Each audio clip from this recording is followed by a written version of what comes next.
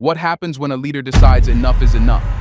When he slashes bloated salaries, declares war on corruption, and vows to rewrite his country's future, no matter who stands in his way.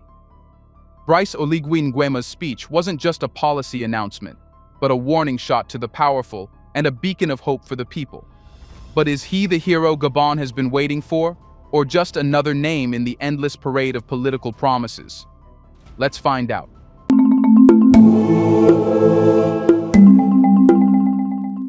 Picture this. A leader strides onto the stage, not with empty promises or the usual political fluff, but with a bold, unapologetic declaration of war against corruption, inequality, and inefficiency. Brice Oligui Nguema's speech wasn't just another political address. It was a battle cry. His words weren't laced with hollow rhetoric, but packed with specific, actionable plans that left no room for doubt. Gabon has heard its fair share of grandiose promises from leaders in the past, but something about this moment feels different. Nguema didn't waste time sugarcoating the truth. He called out the systemic rot in Gabon, from the bloated salaries of public officials to the deeply entrenched corruption bleeding the nation dry. His tone wasn't just serious, it was revolutionary. For a country that has long suffered under the weight of inequality, his approach feels like a breath of fresh air. But here's the kicker. He's not just talking, he's doing. So, why does this speech matter so much? What makes it a turning point for Gabon? It's because Nguema is tackling issues that everyone has been too scared or too complicit to address. This is a leader who isn't playing nice, and that's exactly why people are paying attention. Let's dive into the first thing he's decided to fix: those outrageous public sector salaries that had everyone talking. Imagine working for a government office and taking home a paycheck so massive it's practically robbery. Meanwhile, your neighbors can't afford electricity or basic health care. This isn't fiction, it's been Gabon's reality for years. Public sector salaries weren't just high, they were a national disgrace. Nguema wasn't having it. One of the first issues he tackled in his speech was this imbalance. His solution? Slap a cap on public sector salaries, limiting them to 5 million CFA francs. That's a big cut for some officials who had gotten used to living large on the government's dime. But let's be real. Was it ever fair for a handful of people to live so extravagantly while the rest of the country struggled? Naturally, not everyone was thrilled about this decision. Some high-ranking officials protested, claiming the cuts were unfair or would drive talent out of the public sector. Nguema's response? If you're not happy, there's the door. This isn't a leader who minces words or tiptoes around egos. He made it clear that the days of unchecked privilege were over. But if you think this is surprising, you are not ready for what's to come next. It's one thing to demand sacrifices from others. It's another to lead by example. In a move that's left many Gabonese citizens stunned, and some skeptics speechless, General Brice Oligui Nguema, the country's military leader, has given up his presidential salary entirely. Yes, you heard that right. No paycheck, no perks, nothing. Instead, Nguema has opted to receive only his wage as the commander of the Republican Guard, the role he held before becoming interim president after the overthrow of President Ali Bongo in August this year. This isn't just a symbolic gesture, it's a direct response to the social and economic crises facing Gabon. According to a junta spokesperson, Nguema's decision reflects his deep awareness of the social emergencies and many expectations of the Gabonese people. And let's be honest, it's a powerful statement.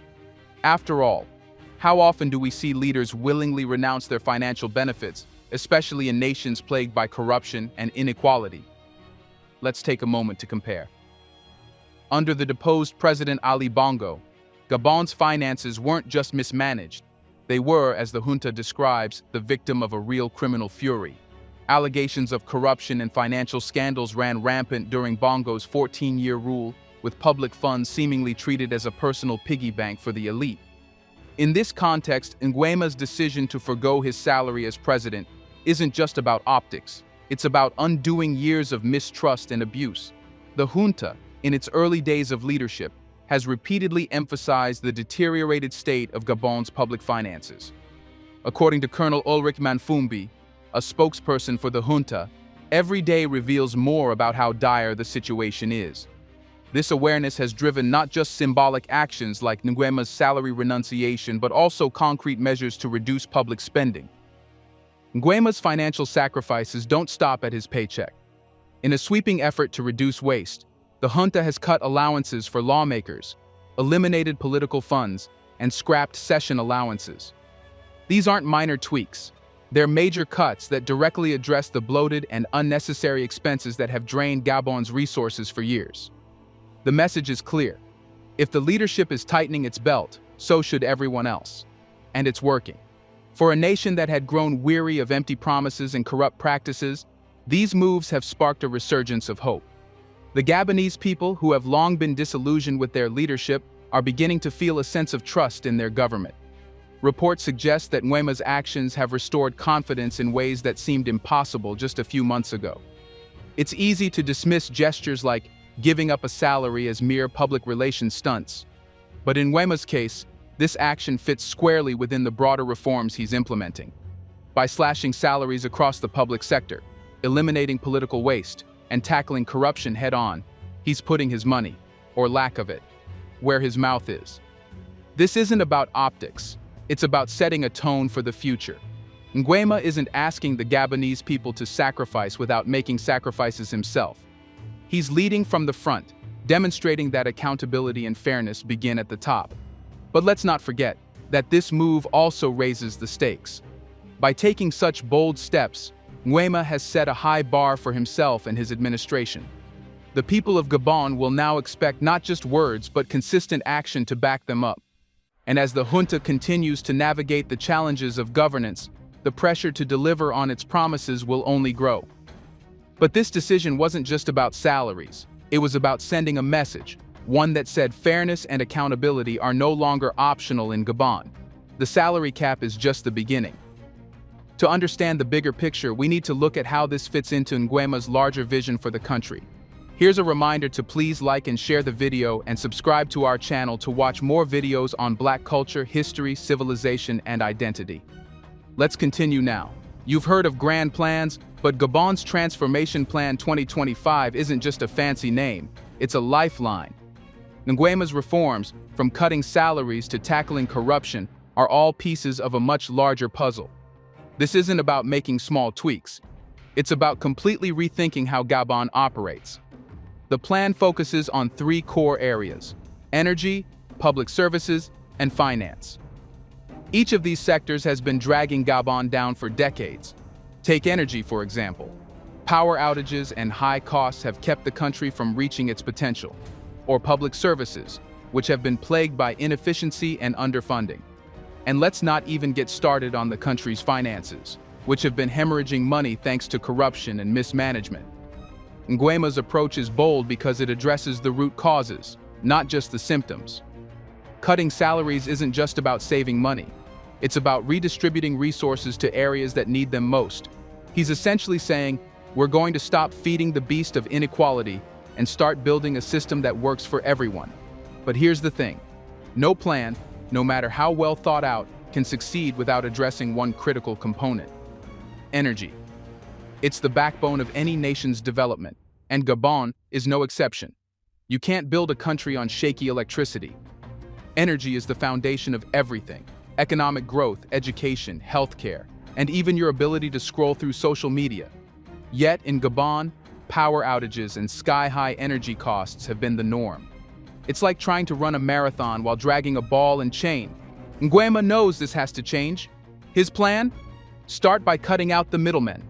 For years, unnecessary subcontractors have been inflating costs and slowing down progress. These aren't just inefficiencies. They're leeches sucking the life out of Gabon's potential.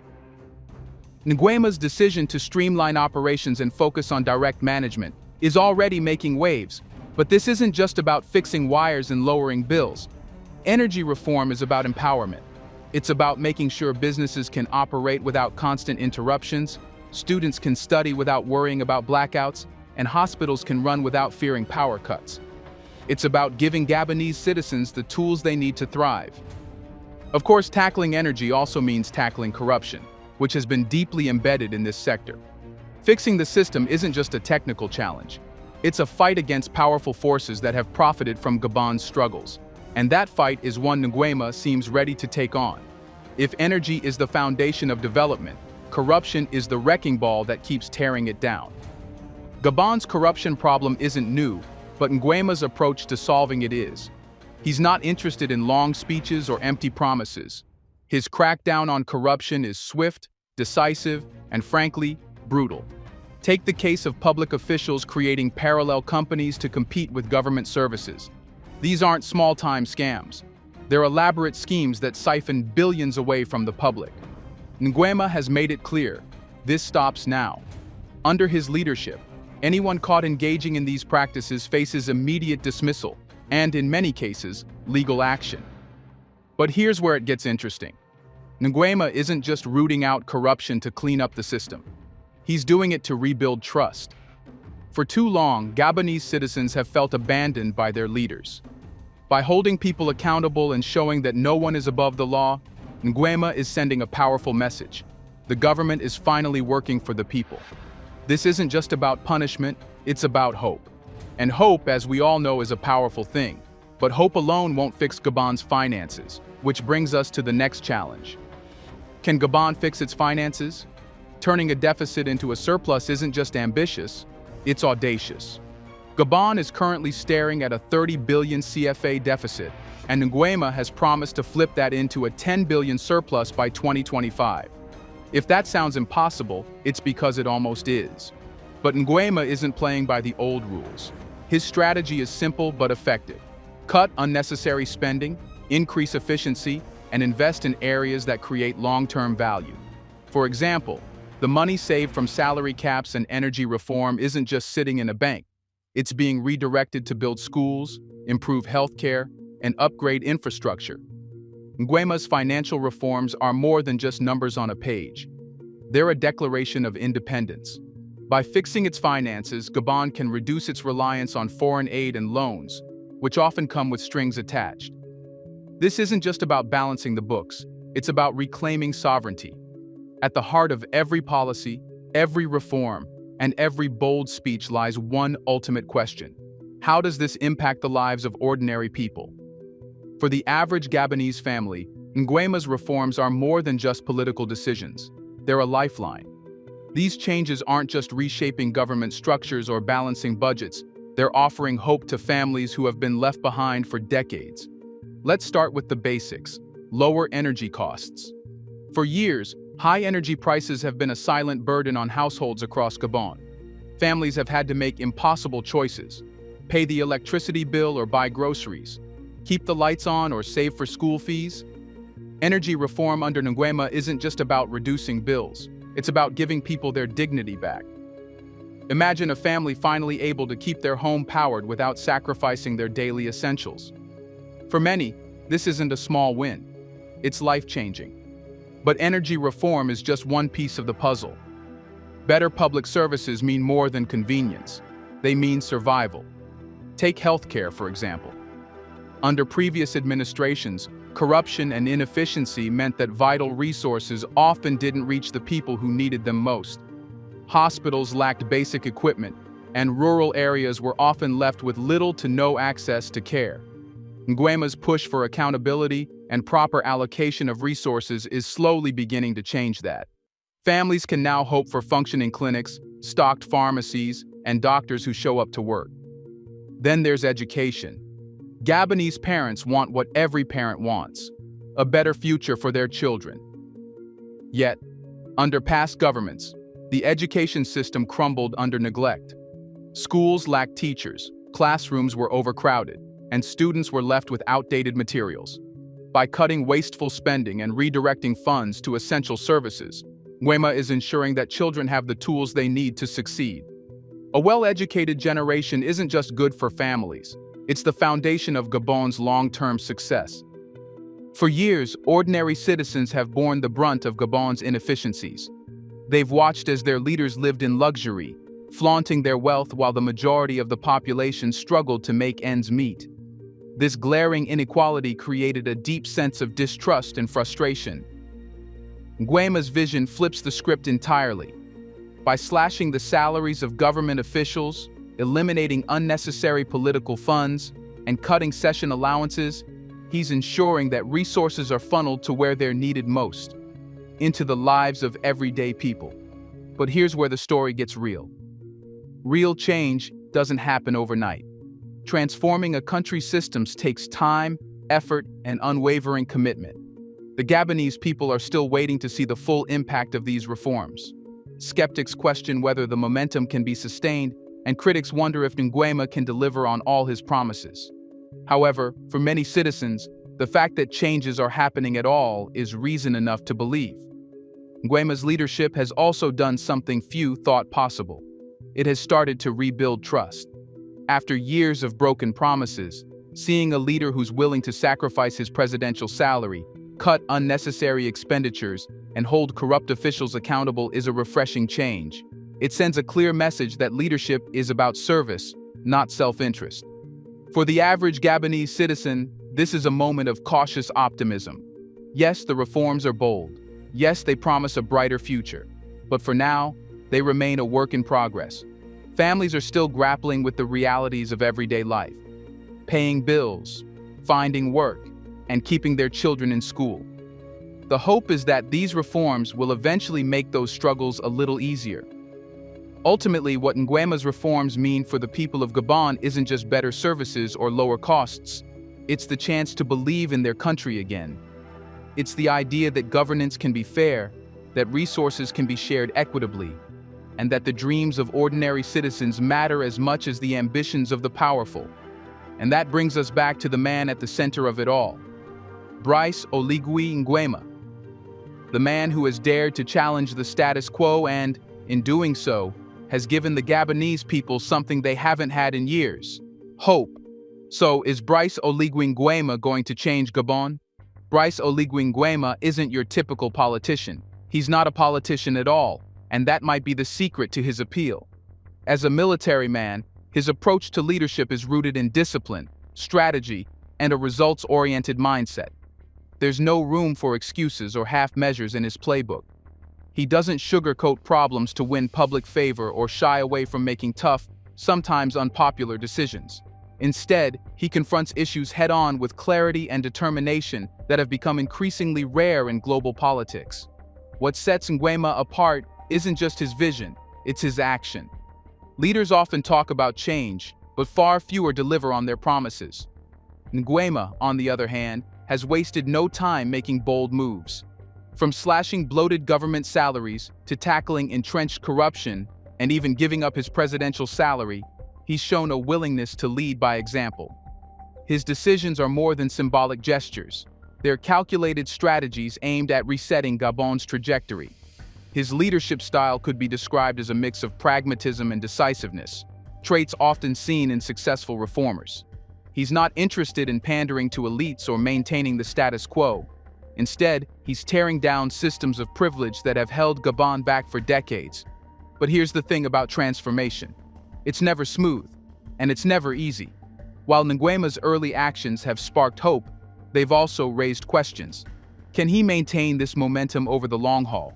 After all, dismantling entrenched systems of corruption and inefficiency is no small task. Some powerful forces benefit from how things are, and they won't go down without a fight. Yet, if his track record so far is any indication, Nguema seems up to the challenge. His reforms have already begun to shift the narrative in Gabon. For decades, the country was defined by inequality, corruption, and stagnation. Now, under Nguema's leadership, there's a sense of movement, of possibility. Whether it's slashing salaries, restoring public confidence, or redirecting resources to essential services, he's laying the groundwork for a new Gabon. Can Nguema build a system that continues to work for the people even after his tenure ends? Let us know in the comments section. Can he institutionalize the changes he's making so that they become permanent fixtures of Gabon's governance? Do you want to watch more videos like this one? If so, subscribe to our channel and press the bell icon next to it. We have decided to bring videos on something nobody talks about: the Black culture, civilization, history, and evidence about how glorious Blacks have been. Thanks for watching, and until the next video, stay tuned.